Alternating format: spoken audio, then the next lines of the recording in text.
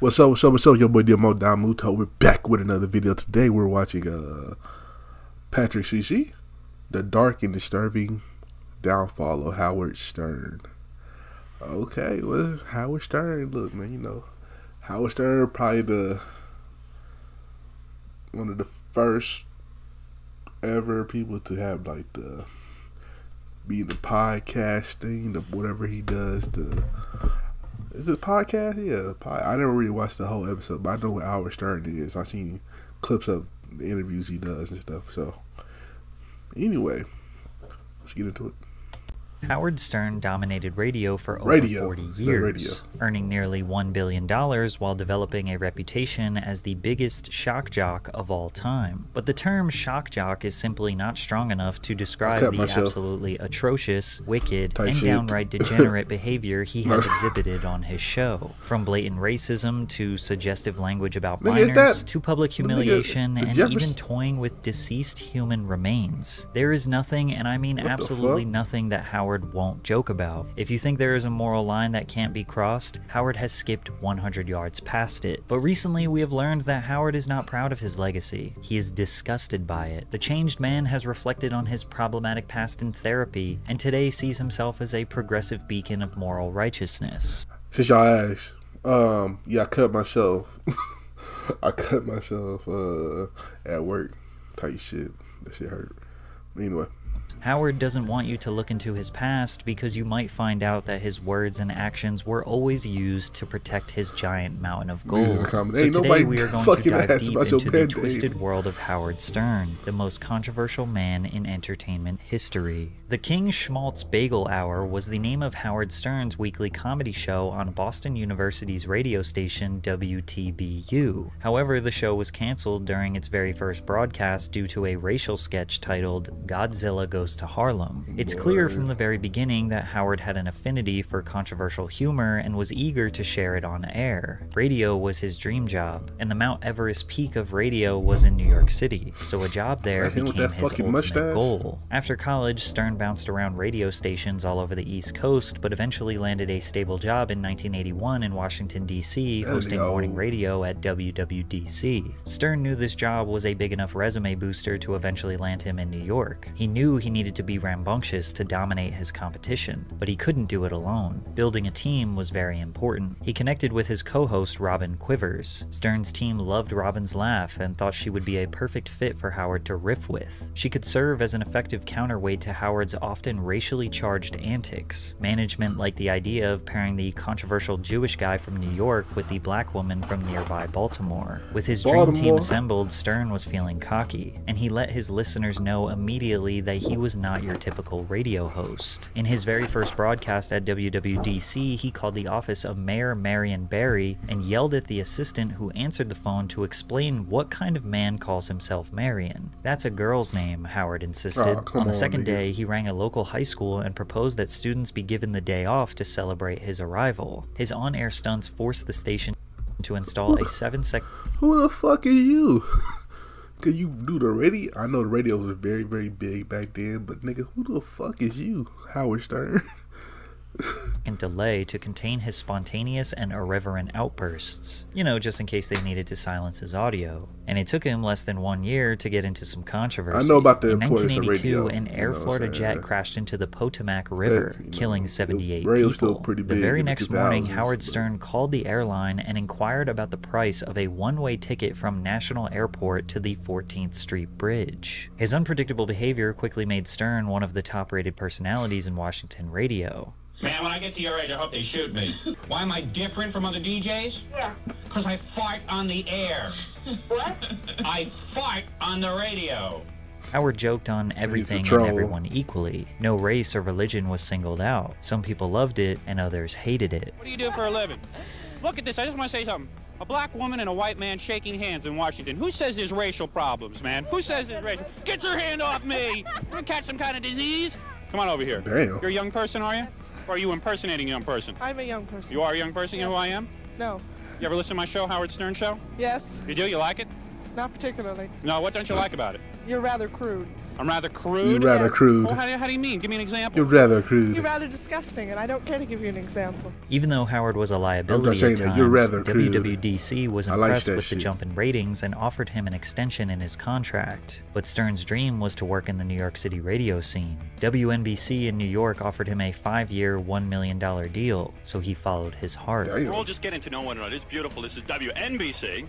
It is 7 minutes after 4 o'clock. NBC figured that they'd put me on in the afternoon, increase their ratings, and save AM radio. So we're going to sit here all day, wait for the phones to ring. We have a lot of celebrities who are going to call in. It's going to be exciting, Neil, and this should be quite a momentous occasion. Stern was now in his home city, working his dream job, and with that momentum, he boosted NBC's ratings with ease. But the prim and proper network tried to control Stern and minimize his controversial content. Howard was always quick to make fun of the network he was employed by, which obviously bothered them. There's this one bathroom at NBC, it's down the hall from my office, that, I mean, every drug user in the building uses because it's the only private bathroom. So now they broke the lock on the door so people can't lock it. I know. So that the NBC security people go in and bust drug abusers. It was this 3-year stretch where Howard was approaching A-list fame. His frequent appearances on Late Night with David Letterman increased his visibility nationwide. I'm kind of strange on the radio, and I'm not a good disc jockey. I don't play records. That kind of thing. Well, now, why is that? Why don't you play the records? Because I basically hate the music that NBC plays. The station was in the toilet bowl before I got there, and if I continued to play the music that they played, it would have been probably dead last in the ratings. Although fans loved him making fun of his own network, he knew it was reaching a tipping point. I am probably on a roll right now that will get me fired within a year or so. I will probably be fired, but I'm willing to accept that. Despite this being his dream job, Howard was basically asking to be fired, and he would get exactly what he wanted. But first, let me tell you about today's sponsor, Underdog Fantasy. Underdog is the easiest way to play fantasy sports, not just basketball. UBC issued the following press release this afternoon. As of today, Monday, September 30th, WNBC has canceled the Howard Stern program because of conceptual differences that exist between Howard Stern and WNBC management. It isn't exactly clear why Howard got fired, since the ratings for his show were through the roof. Some people think it's because of an on-air sketch that he did about bestiality, but it could have just been some uptight executive at NBC that felt Howard was ruining the network's image. I'll tell you the truth, right now I am looking for a job. I would love to hear from everyone. My agent is Don Buckwell. Please give me a job. I want to get back on the air in New York. Stern's numbers spoke for themselves. He quickly got another job at WXRK in New York and dominated for years. His appearance on The Tonight Show in July of 1992, where he looked like nothing short of an 80s rock star, was crucial to his nationwide visibility. When Howard is on your show, he takes control and dominates the conversation. On the show, he announced his very first feature film. I'm excited to announce that I have signed with New Line Cinema. What's the name of the movie? What's it about? Well, it's called The Adventures of Fartman. And 2 months after this interview, Fartman would descend from the heavens above as he made his official debut at the MTV Music Video Awards. Allow me to demonstrate the greatest farting powers of all!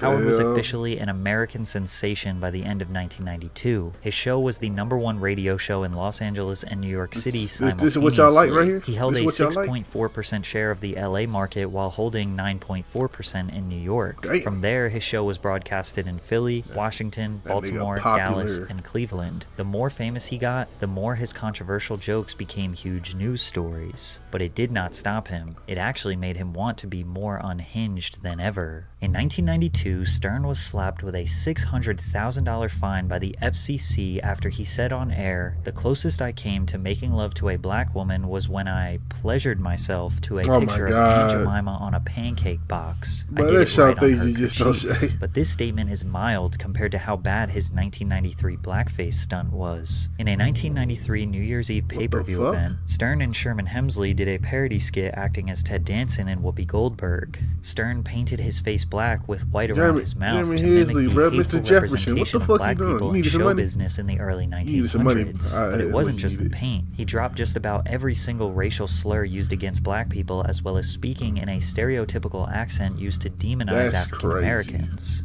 Well, don't let the door hit you on your big black ass, mama, on the way out of here. Now, where was I? Oh, yes. Now, Whoopi, You is a filthy But this wasn't even the first time he had done blackface. A decade earlier on the Petey Green show, he showed up with a painted face and a headpiece that was supposed to make fun of an afro. Black people want slavery as much as white people want.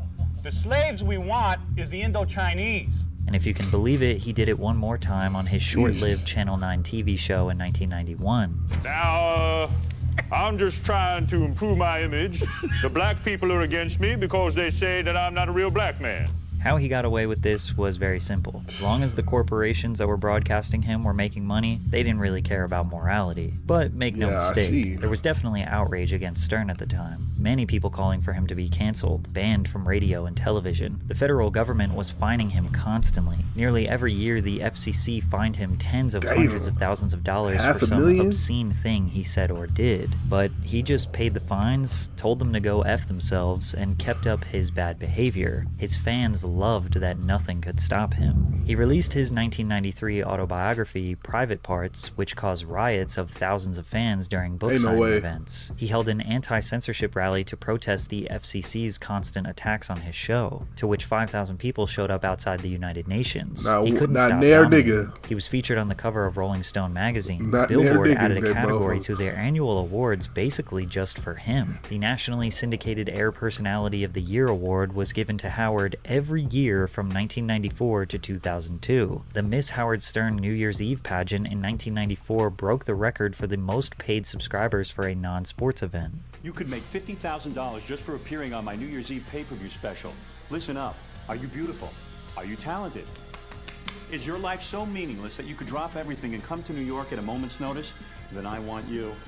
Yes, I want you to enter your local Howard Stern beauty pageant. You could be a finalist. And they cut that mustache off and shit. Hey, I'm built different. And don't be discouraged because here's last year's winner. 400,000 households paid $40 each to tune in, for a pay-per-view gross of $16 million. Howard Stern was the king of all media. No matter what platform, what medium, he and his filthy fans were going to dominate. He got so confident, he decided to run for governor of New York. He secured the required 2/3 majority votes, receiving 287 of the 381 votes cast, but had to drop out of the race because he wouldn't complete a financial disclosure form required by the Ethics in Government Act. He said, "I've been telling you about myself since the first day I started broadcasting. There's only one fact I never revealed. I never told you how much money I made. I never told you how much money I have in the bank. And the reason I never told you is because it's none of your business." Out of all the horrible things that Howard has said and done, it's interesting that where he draws the line is telling you how much money he makes. And Howard had no intentions of toning it down, but his show was starting to get dark. Deborah Debbie Kay was a frequent guest on the Howard Stern show, but fans of the show called her the space lesbian because she would tell stories on the air about her being abducted by aliens and having sex with the female aliens. Miss Tay was showing signs of suffering from mental illness, and her frequent drug use added more stress to her condition. Sadly, in April of 1995, Debbie's boyfriend Chauncey Hayden called the show to tell Howard that Miss Tay passed away from a heroin overdose. Howard then invited Chauncey to the show the next day for an In Loving Memory episode for Debbie. Chauncey brought Miss Tay's cremated ashes in a box to the studio. While Stern did dedicate the show to her memory, he also made some rude comments and remarks, suggesting he would glue her back together, and then asking Chauncey to chew pieces of the bone fragments. Howard then requested the box of her ashes and let the audience know they would be opening Debbie later on. I figured I'd want to see her, you know, so without further ado, maybe open the box and let me take a look at Debbie in her final resting place. So that's Debbie, huh? You're doing weird things. Wait, Debbie wants to say something. Even for the 90s, picking up and shaking human bones was pretty grim. Wild. You could tell the crew was mortified. Dude, I don't know, man. This is really wrong. You think so? Yeah. Debbie would what do you love mean this. it's wrong? Debbie would love this. You know it. What do you mean it's wrong? This is heavy metal, Debbie. dude. Look at that.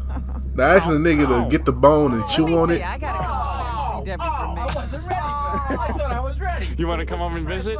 My knees are getting weak again. Oh, man. Oh, man.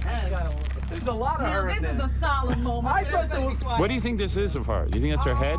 Howard then proceeded to pick up and inspect every piece of bone while speculating what part of her body it was. While all of this unfolded, Debbie's brother and sister Jeff and Melissa listened in horror as their late sister's remains were being played with, live on air. This situation prompted the siblings to file an $8 million lawsuit against Howard Stern and Infinity Broadcasting. Initially, the family's lawsuit was dismissed by a lower court, but an appellate court reinstated the complaint in 1998, suggesting that a jury could find Stern had gone beyond the bounds of decent behavior. After extensive legal battles, Tay's family was prepared to settle for approximately $60,000, while Stern's lawyers had initially offered around $30,000. Although lawyers for both sides declined to comment, the terms of the settlement remained confidential. A court source revealed that lawyers for Tay's family were smiling as they left the courthouse. It's clear why many people believe that Howard took this way too far, but defenders blame Chauncey for bringing in the remains and allowing Howard to get his hands on them. Regardless, the entire situation should have never happened. Because in Howard's style of comedy, not even deceased people were safe from jokes. Especially not the beloved, iconic 23-year-old Mexican-American singer Selena, who was tragically... Hold on, nigga.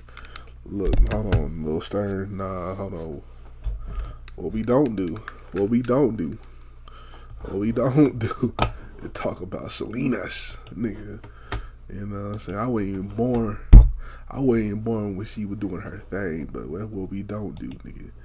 That's what we don't do, nigga. For Selena, old talented, beautiful Selena, like, nah, shot and killed by a crazy fan in Texas in 1995. The next morning, Howard proceeded to play her music with gunshot sounds in the background, then repeating over and over how much he hated the music while mocking Hispanic people. Spanish people have the worst taste of music. They really do. They don't like depth. No, they don't like any depth. It's all like, you know, let's dance and pretend that every human being in our country isn't corrupt. Keep in mind, Stern's show was broadcasted in Texas at the time, where Selena was slain. Outrage erupted, with Hispanic leaders in Texas threatening to boycott radio stations that air Howard Stern, but he never apologized, because he stood firm in his belief towards racist humor. You see, if you make ethnic groups, as long as you make fun of everybody and you have a good time with it and they know you're not really, you can tell a racist from a guy who's having fun. But you know what? There are racists who listen to you. I mean, whoever wants to listen can listen and interpret it their own way. I just got to do my own thing. Then you have to talk about responsibility. I have no responsibility. The only responsibility I have is to make people happy, have fun on the radio, and make them listen and laugh. That's my responsibility. Many people believe that Howard is not a racist. He is just someone who loves dark humor. But even people who can understand the appeal of dark humor say that his jokes essentially normalize or justify this behavior. And actual racist people are indulging in his jokes because to them, they aren't jokes. And there is no doubt that Howard's subject matter attracts some of the most vile people in the world. Like in 1997 when a serial killer named Clay called into Stern's show. Okay, Clay, so what happened? How many prostitutes have you killed? 12. 12. And you're wondering why you do it? I have a pretty good idea. Why? I think I just do it for the sense of the power. Howard proceeded to have a 10-minute conversation where Clay admitted to how he slayed prostitutes in the New Orleans area. Clay answered every question precisely, with no hesitation. The FBI contacted Howard after the phone call for a copy of the conversation, but still to this day, we have no idea if it was a skit or not. This middle ground / gray area of not clarifying what is a joke and what is serious played a huge part in Howard's popularity. Over the years, he was establishing a legacy group of reoccurring guests called the Whack Pack. These individuals had a signature trait, skill, disability, or unique personal appearance that made them essentially characters in the Howard Stern community. Some of the most popular were Beetlejuice. Yeah. I seen his clips. My breakfast is back. What do you got there, man? Hey, it's my breakfast, bro. What is it? My dinner. Breakfast of champions. Breakfast and champions dinner. You got a drink there? Hey, it's my breakfast, brother. Hank the Angry Drunken Dwarf. Yeah. So anyway, so you're pretty loaded. What have you been drinking all night? I've been drinking a lot of booze. Yeah? What are you drinking? I drink everything. Eric the Actor, Gary the Bigfoot, Daniel Carver, who was the former Grand Dragon of the Ku Klux Klan, Sour Shoes, what the fuck Nicole does that Bass, mean? High Pitch Eric. Good, how are you? And it's not a goof, that's his voice. It's my real voice. Yeah, and you've never gotten laid? never got laid before in my whole life. Right. Crackhead Bob, among dozens of other Whack Pack members. Fans believe Howard's content with the pack was his best work. They loved these people. Sure, they were laughing at them, but they were also laughing with them. And they all seemed to be having a good time. Howard was now a 20-year veteran in the industry, and it seemed like nothing could stop his momentum. Stern signed a deal with CBS to host the Howard Stern radio show on television. When he first launched, 79 stations carried the show, and they were rating 81% better when his show was on their station. But eventually the graphic content caused over 60% of the TV stations to stop airing the program over the next 3 years. It's not that he was any more controversial than before, we were simply in a changing world approaching the 2000s. And just before the turn of the century, Howard's comments on the Columbine High School shooting could be his biggest controversy of all time. The Columbine High School shooting occurred on April 20th, 1999 in Columbine, Colorado. Two students, Eric Harris and Dylan Klebold, carried out a mass shooting at their high school, killing 12 students and a teacher, and injuring many others. The two then removed themselves from the planet. The Columbine High School shooting nearly 30 years later still remains one of the deadliest school shootings in U.S. history, and in true Howard Stern fashion, the day after the shooting, he was talking about it on his show and had some very interesting things to say. There was like really good-looking girls running out of there with their hands over their heads. Yeah, I say the bomb teams are still working. Did those kids try to have sex with any of the good-looking girls? They didn't even do that. At least if you're going to go yourself and kill all the kids, like, why wouldn't you have some sex? Yeah, I would think that I would want some sex, but... Yeah, I mean, if I was going to people, I'd take them out. What the hell? It's unclear if Howard's comments about the tragedy or any other... Look, I'm all for dark humor. I think I have a very dark sense of humor, but it just gotta be funny. Like, some of the stuff you can't go just too far for me, you know. So you can't just go. There's the dark humor, and then they're just going way over that. You know what I'm saying? But it just gotta be funny to me. Like the joke gotta be funny. Like, I don't know. It's something in dark humor, and people that jokes about that had dark humor that does stand up with dark humor. It's really the shock factor. The shock factor of, oh, they're saying it, and like, usually most people laugh because they're just so in shock that somebody actually said something that's crazy. But this nigga, he talking about having sex while killing niggas. Well, whatever. I can't are intentionally to cause controversy, or if it's his way of coping with a horrifying reality. The Denver Rocky Mountain News released a statement reacting to his comments. Either we are serious about showing respect for the dead and their families, or we aren't. Either we care about the quality of our culture, or we don't. Let Howard Stern make his millions in other broadcast markets. He does not belong in Denver. Many people believe that there is a clear line to be crossed when coping with such atrocities. Making jokes, they believe, is crossing that line. It minimizes the damage done to the victims and their families. But comedy defenders believe that jokes and laughing is a way to prevent people from spiraling into a depression every time they turn on the news or open social media, since violence, murder, and all of the most heinous things that happen in our world are constantly being broadcasted to you. The radio channel rebroadcasting Stern's show in Denver was requested to drop it, and both houses in the state passed a measure to formally censor Stern for his remarks. Many advertisers cut ties with Howard over the comments. Additionally, his personal life was falling apart. Howard admits that his behavior was very difficult for his wife and 3 daughters to handle throughout his career. After 21 years of marriage, they mutually agreed a divorce was necessary. The now 45-year-old bachelor was on a warpath of sex and destruction. Now keep in mind that Howard's entire persona for 2 decades was the common suburban dad with a wife who stayed up late at night to talk about all of the raunchy things he wouldn't dare say at the dinner table. The majority of his fan base were probably men who would never admit to their wives they actually love Howard. Now he was just another multi-millionaire celebrity who was sleeping with different models every night. His image was ruined. His show was losing its creativity. Ratings were dropping exponentially, which led to some of the lowest moments in his career. In the year 2000, Howard seemed to start an obsession with the then 14-year-old Full House stars Mary-Kate and Ashley Olsen. While on his show, Howard started to share a story about having his 7-year-old daughter over to spend time with him. Looking for activities, Howard suggested a recently released Mary-Kate and Ashley movie for him and his daughter to watch together. He then goes on to make blatantly suggestive comments about the twins. Remember the 2 little girls from Full House? Sure.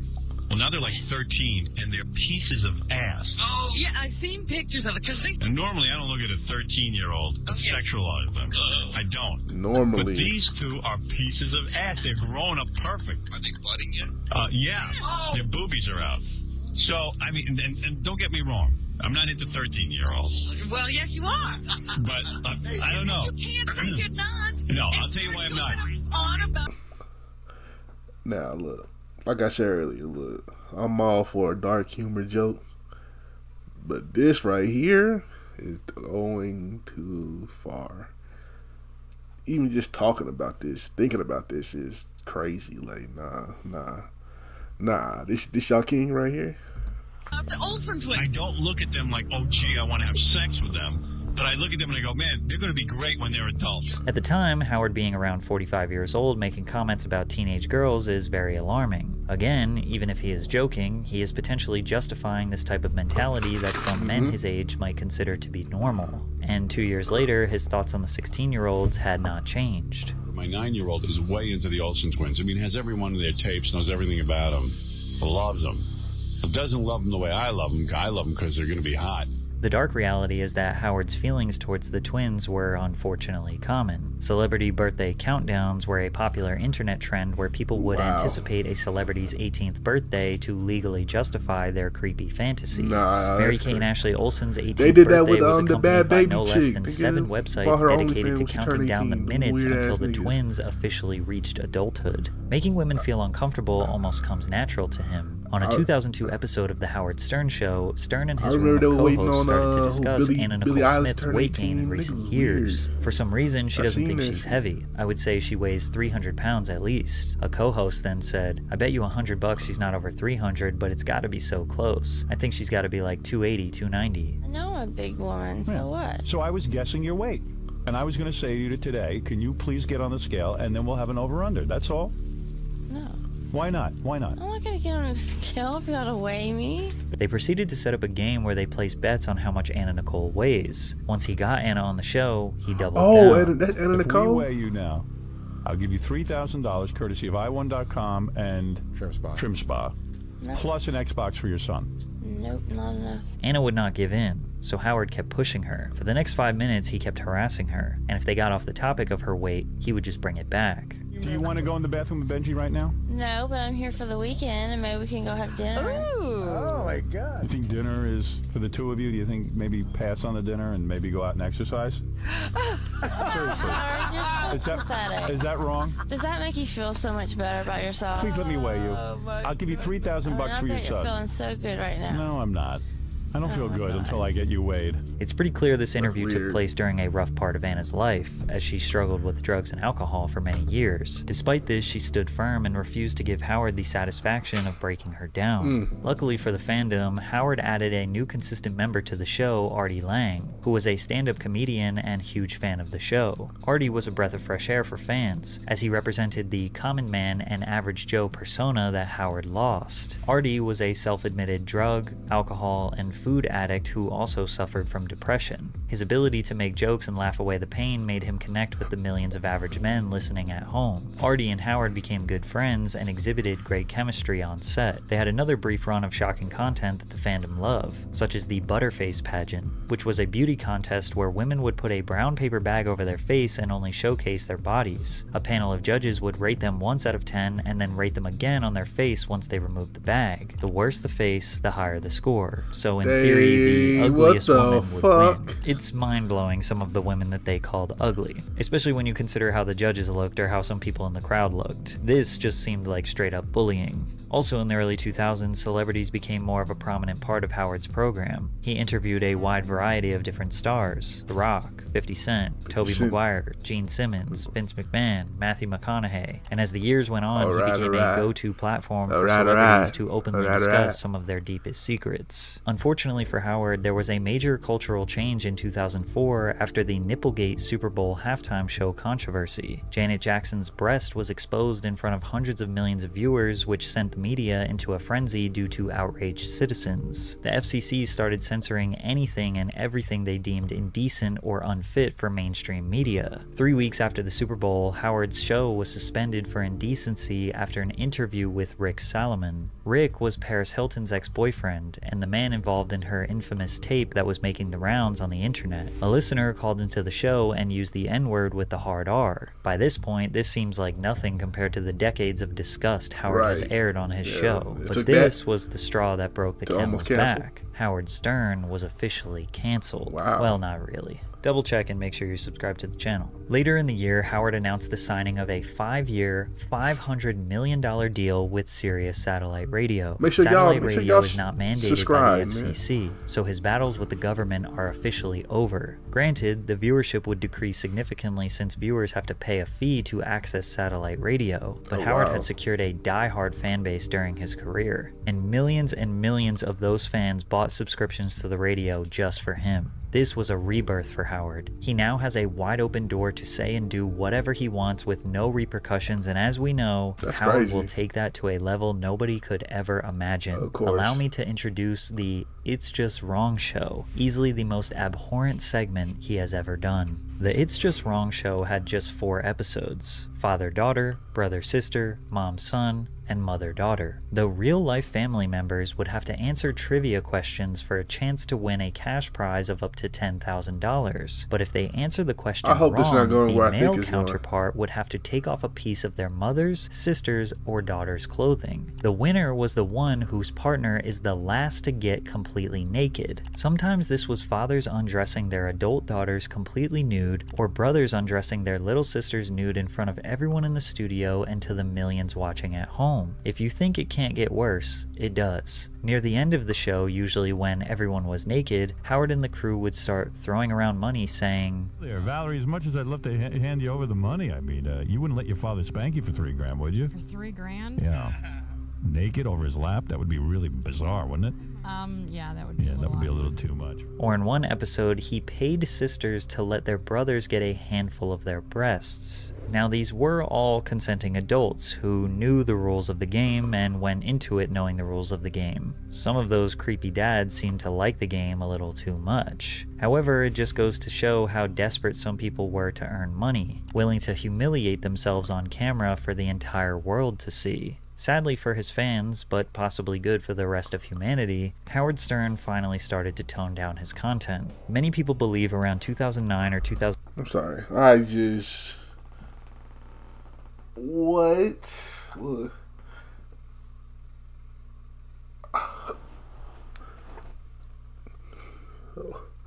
was that? What the fuck was that segment right there? What the fuck? I couldn't even say nothing. I was... Nigga thought that was gonna be funny.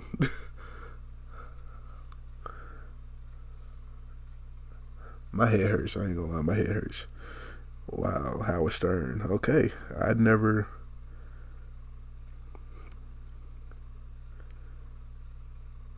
Damn. You niggas want money that bad. Creepy ass niggas. Creepy ass dad, creepy brother, creepy sister, creepy mothers. They got on the... And he was probably, this dude right here was probably loving it too. Oh my God, bro. That was disgusting. I don't even know what the fuck. 2010, his glory days were behind him. He was done with the overly raunchy and edgy skits. The Whack Pack would not make regular appearances, nor was he trying to introduce new characters for the fandom. His beloved co-host Artie Lang was struggling harder than ever, using hard drugs, going to rehab, relapsing, and starting all over every few months. His battle with depression almost ended everything in 2010. Although Howard wanted to support his friend, he didn't feel like letting him back on the show would aid in his recovery. Fans believe once Artie left, the show wasn't worth watching anymore. And this was sort of confirmed in a 2013 staff meeting that was leaked online, where fans came to the conclusion that Howard was not even close to the crude-humored legend he used to be. In the meeting, he berated his staff for over an hour on all of the things that they were doing wrong. Howard did not want them coming up with funny content and skits like they used to. Instead, his entire focus and goal was to convince more A-list celebrities to come onto his show. We've had people like Billy Corgan come in, their album goes into the top 10. We've had books that have gone into the top 10. We're pretty amazing. But nobody knows it. We're now on satellite radio. Right. And now that we're in satellite radio, we're in sort of our own little protected bubble. But what's happening is people are forgetting that this is the best fucking medium for any guest to be booked on. Whether they're in the field of books, whether they're in music. Look at what we do for guests. We have a news department that actually promotes them after they're in. We play their shows over multiple times. Howard mentioned that his 23 million paid subscribers, these extremely loyal fans, should be used as a marketing tool for celebrities. He noted how celebrities' publicists beg to be on Oprah, Jimmy Kimmel, and competing interview shows. Howard wants his show to be the #1 destination for celebrities to do interviews, promote their work, or whatever business they're pursuing. Finally get the artist up here, and they walk into the radio station, and we look like, some people around here look like zombies from Walking Dead. We look like a college radio station. We look like we have homeless people working here. And I got to tell you something, it's off-putting and scary. It's mind-bending to imagine Howard Stern being concerned about the way his employees dress when just a few years ago he was making fathers undress their daughters entirely nude for money. Guy spends 30 years unmercifully bashing people and then blames his staff when celebrities don't want to come on the show. Total fraud. Howard 20 years ago would have made fun of the guy he became today. He claims now that he is a reformed, changed man. That interests me zero. Being as dirty as I want to be. In his book, he writes about regrets for some of his past behavior, saying he was self-absorbed and had a hard-ass pose that no longer works. He doesn't even want people to read his other books, including the 1993 bestseller turned blockbuster, Private Parts. It just doesn't represent me anymore, so it's hard for me to go back and look at it. Those books, they could be hurtful. And they were a little too intense. At that point, my attitude was it was a scorched earth policy. I'm going to blow you out of the water. I'm going to be it took you this long to do that? And bam, let it all out. That was my approach. Howard says that he learned through therapy that he was hurting all those years. He was a jester, someone desperate for attention and status. He says he doesn't love the man he was, but he loves the man he is now. In the late 2010s, he started his mission to break the stigma regarding men's mental health. It was only a matter of time before people started digging through the skeletons in his closet, especially after he tried to deny his previous use of the N-word. John, you use the N-word a lot. You said really? I used the N-word. Yeah, he did. Wait a second. Hold on. I remember it. Whoopi, hold on. Wait. No, we had a guy on from the Ku Klux Klan. Yes. Who very freely used the N-word. Yeah. And my belief was, hey, say it out in the open. Yes. And I didn't use the N-word. Let's be very clear. During the pandemic, Donald Trump Jr. tweeted an old blackface video of Howard Stern demanding him to be canceled. Howard responded with, "There's nothing new here. We all knew I was the craziest MFer on the radio." He continued, "I never did anything behind the scenes. I did it right in front of your face." Howard did not apologize, but he doesn't feel good about his behavior. "I cringe when I look at myself 30 or 40 years ago, and that was 27 years ago. I go, I can't stand it. Am I a bad guy? I don't think so." Keep in mind that 27 years ago, Howard was 43 years old. After this controversy, Stern started championing the vaccine and demonizing anyone who didn't get it. When are we going to stop putting up with the idiots in this country and just say, it's mandatory to get vaccinated?